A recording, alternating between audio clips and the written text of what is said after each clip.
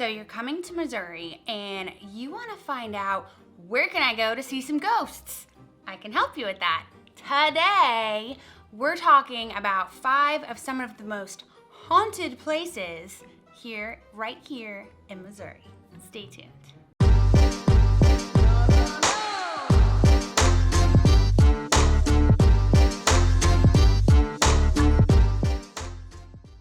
Don't forget to like and subscribe right down below because I make a new video every single week and you're gonna wanna get notified. Also, if you're coming to Warrensburg or if you're PCSing to Whiteman Air Force Base and you have some questions or you need some help finding a home, do not hesitate to reach out. Call me, text me, email me. Contact information's right there. I love talking to people.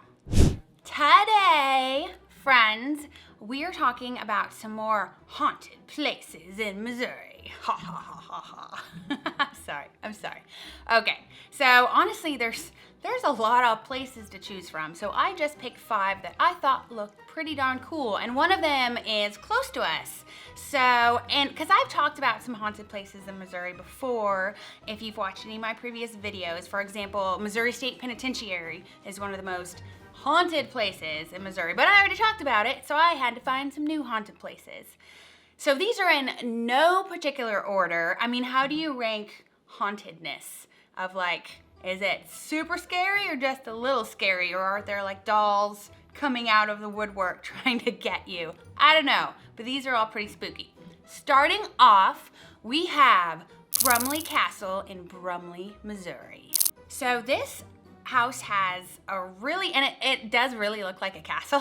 It has like a long and sordid backstory, and actually recently they just discovered a mass grave in the backyard of pioneers. So, I mean, that's another level. Not many other places have mass graves in the backyard. So this castle is located in Brumley, Missouri, which is a really small town of like 70 to 100 people. It's really small. And it was built sometime in the late 1800s, between 1870 and 1890. They're not quite sure exactly when it was built, but that's kind of the approximate age. Now, since then, the house has actually seen the death of 5 of its previous owners, and they've all died on the property. That is a little spooky and slightly mysterious. Recently, a lovely couple bought the house, and what's interesting is that the husband talks quite a bit about it. Before, when he bought the house, you know, it was like, oh, it's haunted, but he didn't believe in ghosts, he didn't believe in any of that stuff. But now after living in the house for a while, quite a while, he is 100% certain that his house is haunted. So he's actually gone so far as to set up cameras throughout his house because he heard things like doors slamming, people running up and down the halls, loud banging on, this one particular closet door that had a hole in it, and there was this banging coming from inside of it, yet no one else is in the house. So many occurrences that he, not only has him and his wife have experienced, but they've caught on camera where you can hear knocking, you can hear footsteps, but there's no one else there. So for him, he's like, those are ghosts, straight ghosts. But they're all living together happily in the house. Like, he says that him and his wife don't feel in any way danger. There's just some mischievous presences in the home. So they happily remain there to this day. They do give tours of the house and you can go and check it out, and I guess it's really cool. It's definitely on my bucket list. So you want to visit a haunted castle right here in Missouri, go to Brumley, Missouri and check out Brumley Castle. Moving on, we are moving actually super close by Knob Noster, Missouri. So this is literally like right next to Whiteman Air Force Base. It's 12 minutes away from Warrensburg, and that town is haunted. So the word knob actually comes from, means like a small hill or mountain. So back in the day, there was a hermit or so the story goes, there was a hermit that lived up on Knob Hill, and he had a young slave, and he would send that slave to town on errands and whatnot. And one day, everyone loved the slave, didn't love the hermit. One day the slave just disappeared, like no one knew where he was. Some of the townspeople asked the hermit, like, hey, where did this boy go? We really like him and we don't like you. And he got really angry and defensive and stormed off, leading the townspeople to believe that he had murdered the boy. So then, the next night there was this giant storm, and someone said that they saw a lantern bobbing up on the hill, and then the next day they found the body of the hermit with his face like frozen in fright, and he died, and the boy was also still missing. So now, basically, if you go to Nob Hill at night, at dusk, you'll see a lantern bobbing along in the distance, and that is the ghost of someone. And you know what's interesting? I actually have friends who grew up in Knob Noster who swear that they have seen the bobbing lights on the top of Nob Hill during a thunderstorm. So, I don't know, check it out, Knob Noster, Missouri. Moving on. Next up, we have Ravenswood Mansion. Now this is, Ravenswood Mansion is in a small town called Bunston, Missouri, and this house was finished in 1876, but it was really started, and like the farm area was really occupied in 1825. Now this was occupied and lived in by the same family for over 100 years with just deaths. So super haunted. The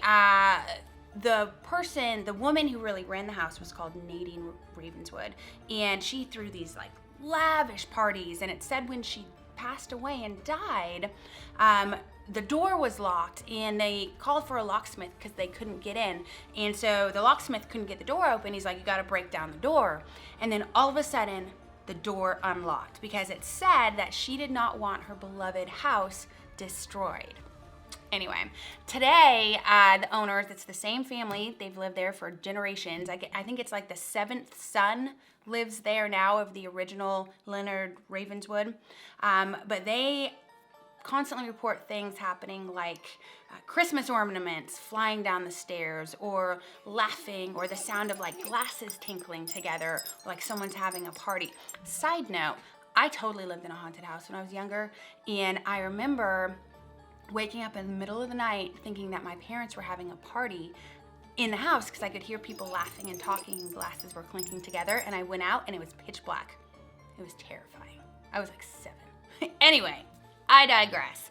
But Ravenswood Manor, you can do tours of it. A lot of the house is original, or looks pretty original to back when it was actually occupied and lived in. So it's a really cool jump back in time, and it's super spooky. So if you want to check out a really beautiful mansion that's super haunted, Ravenswood Mansion, check it out. Moving on to number 4.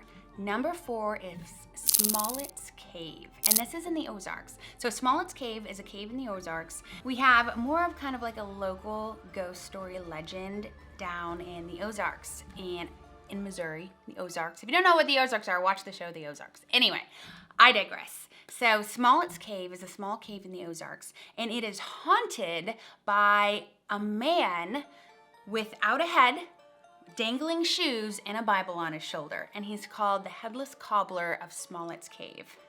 I know. So this ghost story legend goes all the way back to the Civil War. And the first person or people to see it were these 2 women who were walking down the road and saw a headless man come out of a cave. On one shoulder he had a Bible, and then there were shoes dangling where his head should be. And then they obviously freaked out because that sounds really creepy. And they ran down the road, they reported it. One of the women later died from a mysterious sickness, and that's how it got started. Over the years, hunters have reported hearing like tapping, like a hammer hitting leather, and lights bobbing in the cave, and one other person reported seeing a headless man with a Bible on his shoulder and boots dangling from his neck. Now it's kind of like a big tourist attraction. This is the cave of the Headless Cobbler. So, spooky? Kind of spooky, kind of gross, but hey, those local legend ghost stories I think are pretty interesting, and it's supposed to be one of the most haunted caves in Missouri, so there you go. Smallet's Cave in the Ozarks, check it out. Last, but definitely not least on my little list is the Lemp Mansion in St. Louis. Now, this mansion was built in 1868, and actually, the Lemp Mansion was once famous for having like the best beer. Like they were a brewery family. Like they had the best beer in St. Louis. So The local legends say that this is one of the most haunted mansions in the United States. And that's because so many of the owners committed suicide in the mansion. Man, there are a lot of like families that had some serious issues back in the day because they all killed themselves in their houses, and now the houses are super haunted. But actually Life magazine called it one of the most haunted hotels in America. So there's that. So if you want to check out the actual history of the Lemp family, 4 members committed suicide in the house, and then just a host of others died of natural causes. Generations and generations and generations lived in that house. And today you can go, you stay there, it's a hotel, and people who've stayed there just say it's haunted up the wazoo. So knocking, going into your hotel room and all the drawers are open, though that could be a very curious cleaner, but I digress. Lots of laughter, talking, sounds, and like objects flying across the room for no reason. So I would say reading myself of the Lemp family history, like how much they kind of went after each other and how many people lost the parts of the fortune and then committed suicide in the house, I would say that house is probably super haunted, and probably super haunted by someone that you would not want to be haunted, like bad juju haunted. But most of the house is original. You can go tour it. It's beautiful. All these old houses were beautiful, and it's super spooky. So if you want to check out a really cool, super haunted mansion other than the Ravenswood Mansion, check out the Lemp Mansion in St. Louis. And there you go. 5 more haunted spots in Missouri. Okay, my friends, well, I hope that you have enjoyed this video. I really like researching haunted spots in this state because there's so many and they're all really cool. And one of these days, bucket list, I'm gonna travel to each of them just to say that I did. And because spooky, I don't think I'll be able to I'll try to get my husband to go. He doesn't like ghosts. Anyway, thank you for watching my video. Don't forget to like and subscribe right down below. I make a new one every single week. You're gonna wanna get notified. Also, if you're coming to Warrensburg, if you're PCSing to Whiteman, my contact information is right down there. So if you're coming here and have any questions, do not hesitate to reach out. I love talking to people. I'll see you next time.